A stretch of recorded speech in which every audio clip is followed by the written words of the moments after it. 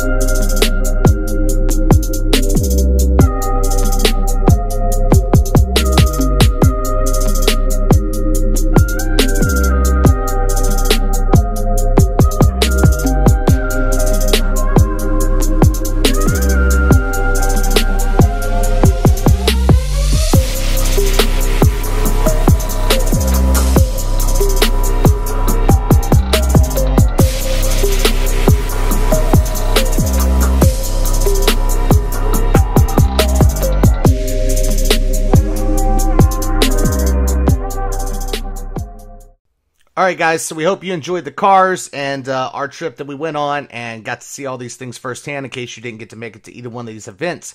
So now we're going to get into the personal heart-to-heart, just kind of a conversation. None of this is pre-scripted. I haven't written anything out. I just want to talk about our personal experience. This isn't to display any ill will or anything towards any of the events, okay? So I want to clearly state that first off, that if you're in the area, you should definitely go check out these events because they are doing things for the car community no matter what they are trying. So here's our experience. I started or have some involvement with a little small media company. We're not doing anything huge right now. We're trying to video, get a bunch of stuff gathered up so that we can kind of dump it all at one time. Now, as of right now, we're nobody. But at some of these car events and car shows, we have been hitting up the promoters and the people that put on these events so that we can talk to them and maybe get access to actually get some good footage before these shows start and things like that. So we have been in contact with Hot Import Nights as the media company. They said, hey, we want to let you guys be the official media company of the event, which was going to be great for us and great exposure for us. We thought that this was really going to work out pretty well. Once we got to the event, they didn't know who we were. They didn't have our name on any list, anything like that. Also, there was an issue with us putting our car inside due to the fire marshal being there regulating how much fuel needed to be in the vehicles before they could be brought inside, which is fine. I totally get that. That's fire marshal. That has nothing to do with your event, but none of us were aware of this ahead of time. So had we known, maybe we could have ran some more fuel out of the vehicle to actually get it inside. So by the time we actually got one of our people to go drive the car around some to try to bring it back in, they'd shut the doors and said, hey, no more cars inside. This was at Hot Import Nights, by the way. And at Hot Import Nights, we realized that there was it was kind of in conjunction with a Comic-Con. So there was kind of some comic book character things going on, a big skate park set up in the middle. There wasn't that many cars there either. There were some very nice cars, as you can see from the clip, but there wasn't that many cars.